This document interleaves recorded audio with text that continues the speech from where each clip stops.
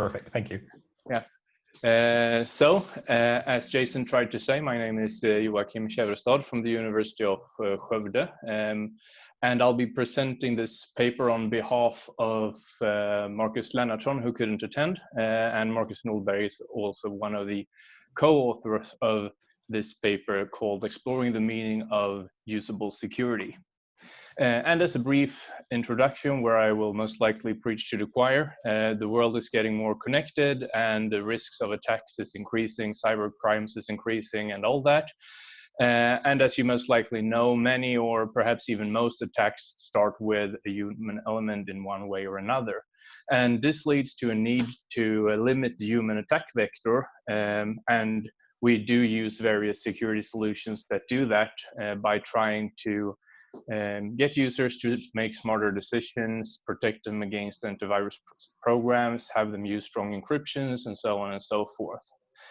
And at least in this conference, we agreed that usability is a must-have for any security solution that is to be used by end users, but still, when we look at it in reality, we seem to be lacking in this department. And we find that there is quite an interesting conundrum to usability in the security context, because when we talk about software development as a whole, a software will always attempt to attract as many users as possible, and high usability is one selling point. But many software companies, when developing, I don't know, a word processor or whatever, will settle for a high adoption rate because that's what's going to earn them money. But going for 100% adoption rate is usually, well, considered impossible. Whereas in security, we usually do seek a 100% adoption rate of the solutions that we develop, at least if we look in an organizational context. If I, as a security responsible person, develops and implements something in my company, I will want all users to adopt that, of course, because otherwise I will not get the security enhancement the software is designed to provide. And this leads to a situation where usability is even more important for security software than software in general, as we argue. And it can also, to make things more complicated, be argued that security software does actually by design hinder usability in a way, because things that we do is that we sometimes disrupt the user's workflow. I talked the other day about context-based microtraining, where we actually intercepted the user to provide the user with training. And there are many examples of the same type of implementation, which is in effect a hinder to usability, especially if you don't take very good care when you implement those softwares. And security can definitely be seen as an obstacle between the user and the task that the user intends to perform, which is, of course, a problem in terms of usability, or can be. So looking at the research problem that we target in this paper, we see that usability in the security context is frequently studied, and the term usable security is frequently used in literature, and there are many good studies of usability in various security-related contexts, but we cannot really seem to find a common definition or consensus of what it entails. So the bottom line here is that many scholars discuss usability and do various usability studies, but we don't seem to have an agreement of what usability as a big area actually entails. So the aim of this study was to find the factors that affect the usability of security solutions. And by doing that, we hope to increase the understanding of what factors that facilitate or hinder usability. And we want to produce a result that can be valuable in different ways. So we hope that if some end user come across our study or read the results, they can be empowered to choose solutions more consciously. But perhaps more importantly for developers, we hope that we can assist in predicting user behavior and preferences, so we can basically see this work as an outline of do's and don'ts when we develop security solutions. And for security administrators, we can use this as guidelines for configurations and educations, so that we try to avoid the biggest pitfalls. The methodology that we adopted was a structured literature review, and we did this since the topic is, as I said, widely discussed in the literature, and what we wanted to provide was basically a snapshot of how the topic is seen and discussed by the research community. And I'm going to skip through this rather quickly because I guess most of you know about how to conduct a structured literature review, but we used the sources listed here. There are quite commonly used sources for this kind of research. The search terms we used was usable security as one coherent string, or usability and security as two strings that could be used separately. We looked at research that was published in the last 5 years in peer-reviewed journal or conferences, certainly relevant to the topic and written in English, Swedish, or German, which might seem a little bit odd, but we picked those languages because those are the languages that the authors are able to read, and we wanted to be inclusive. We excluded papers that were duplicates, failed to meet inclusion criteria, that we couldn't come across in any way or get access to without paying, and we also excluded papers that had a weird description of method or results, and I think it was like one or only a few papers that failed in that exclusion criteria. We also employed backward snowballing, where we looked at all the papers that was cited in the papers that we first accepted and applied the inclusion and exclusion criteria to those. And this is a table showing what searches we did, how many hits we had, and how many papers we eliminated due to the various criteria. And to summarize it for you, we finally included 70 papers in the study. You can find the details in the paper if you're interested. So we analyzed those papers using thematic coding, where the goal was essentially to find the different aspects of usable security and as themes. And we used a very nice tool that I can really recommend, that is called MaxQDA as a tool for the analysis. It's a very nice tool that provides a very simple way of marking text and categorizing text and keeping it in a very nice and structured way. So jumping right to the interesting part, which is the results.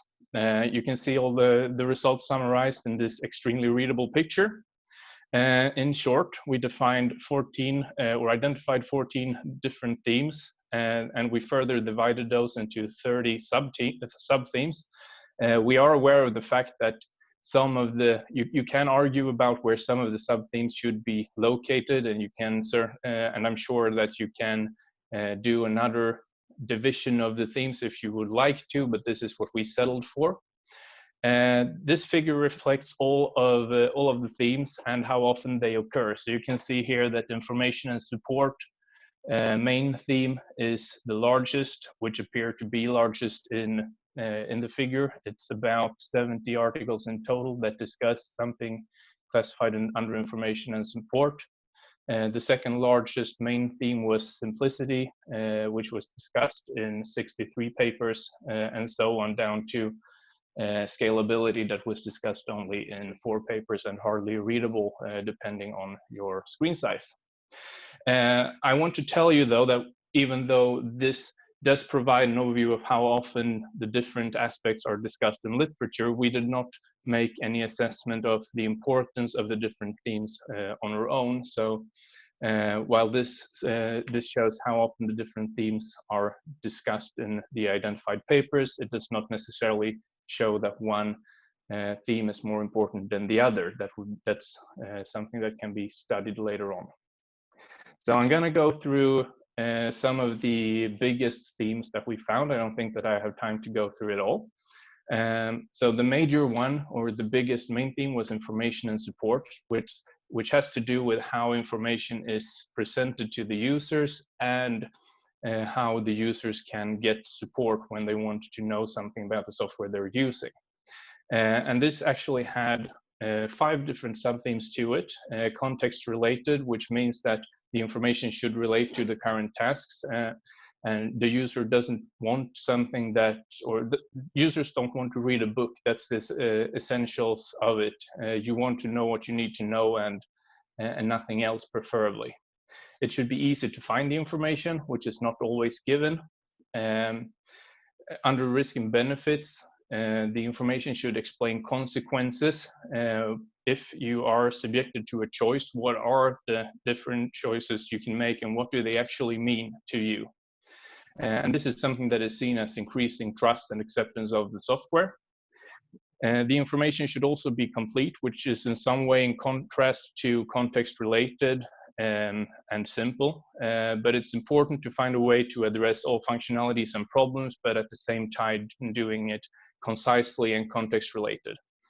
And it should also be comprehensible and easy to understand, both in terms of complexity and in terms of amount. And I think that you can summarize this and many other of our findings when it comes to information as you should require as little as possible from the users. You should guide your users to use your software, but you should do it in the easiest way possible. And the bottom line here is that the users are not security experts, they're users and should be treated as such. So the next main theme was simplicity. It only had two subcategories, one of them being cognitive load, which was the biggest of all of the subcategories that we found. And this have to do with how much effort, you can say, it takes for a user to use the software, how much knowledge you have to have, how much you have to recall, if you have to do task switching, if you have to have several things in your mind, make a lot of choices. You can say it should be easy. The bottom line here is again that it should be easy and convenient to use the software in the way that the software is supposed to be used.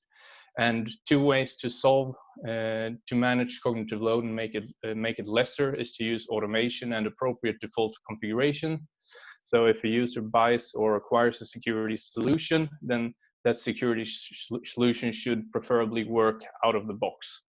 We may have additional configuration available for the users that want that, but it should work as it's supposed to work even if you don't tinker with it. Along the same line, we have another sub-theme that's interaction demands, which speaks about the amount of necessary user effort. Essentially, is there a lot the user has to do to get started or to get through a task? So moving on, the next main theme had to do with time, and it was mainly task completion time. We see that users does not really want to spend a lot of time working with security. They want to do whatever they're supposed to do. And if we're not effective enough with the user's time, this causes frustration. And this can be both in terms of actions that causes timeouts and similar that forces the users to wait. It can also be, if we talk in the context of encryption software, it can be having heavy encryption algorithms that takes a lot of time to encrypt something. This all causes frustration for the user, and it can also be seen as hindering the user's primary objective, which is doing whatever task the user is set out to do, sending an email, logging into an account, so on and so forth. And this was the second largest sub-theme that we identified. One that I find a little bit funny is time pressure that was mentioned in two of the papers that we analyzed. It's quite funny that there are actually papers of software that put users under time pressure, because we know the time pressure is bad from security since before. But certainly putting a user under time pressure will increase the user's stress level and increase the chance of user doing something incorrectly, adding to a higher level of error rates. The next main theme is also quite a given theme, error rates. It was addressed by 21 papers and speaks that errors cause inconvenience and users tend to avoid error-prone solutions. What you could think about here is that error rates does not only include errors that are caused by the software itself, but also errors that are caused by the user. And I put caused here because I would say that the errors are perhaps not caused by the user, but the errors are caused by the developer allowing the user to cause an error a lot of times. So the fifth and last main theme that I'm going to talk about is error management. That seems convenient after error rates. And there were basically two main categories of error management discussed in the literature, and those were error prevention, where you can use automatic mechanisms, for instance, input validation, to hinder the users from doing something that can cause an error in the software. Warning messages that indicate problems or simply reject execution of actions that cause errors.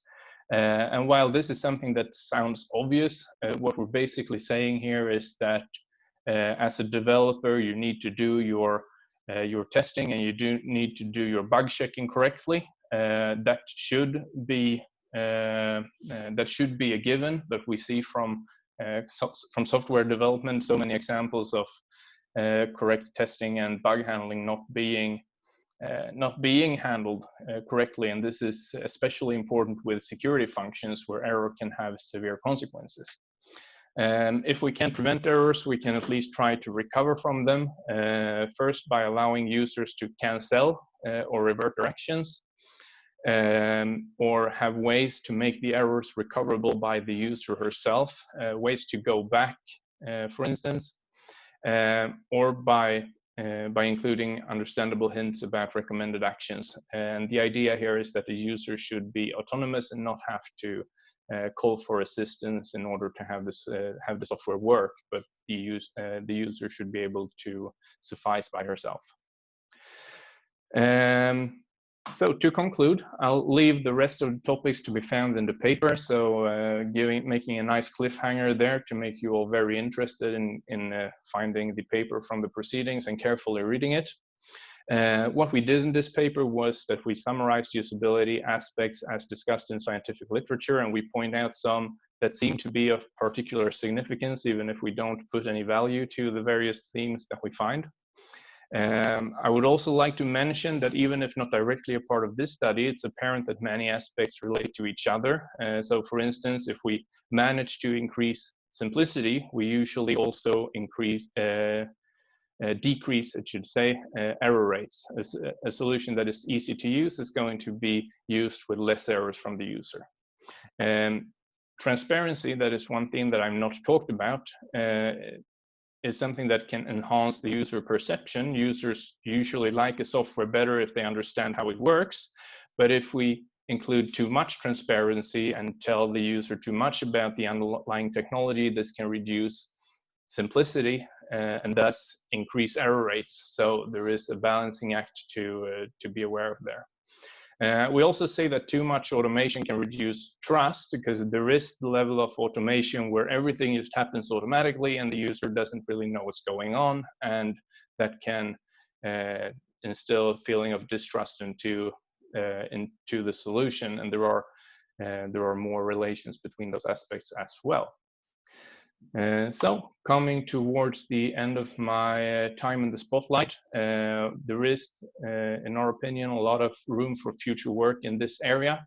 As I touched, the most obvious would perhaps be to review and understand how the various aspects relate to each other on a deeper level. And talking about usability, another given direction for future work would be user-centered studies on the importance of the various usability aspects. So one could consider, for instance, a perception survey where we ask users how they perceive the various usability traits. One could also consider an experiment where you may have users test various security solutions that are on different levels with the different aspects that I've discussed. And perhaps the end game is a shiny new methodology for user-centric development of security solution. And I also wanted to include a final thought that is something that I've been thinking quite a lot about, and that is, what if we just start developing software so that the secure way to use it is also the intuitive and usable way to use it, and that way we could be done with security-specific software altogether. And that was it.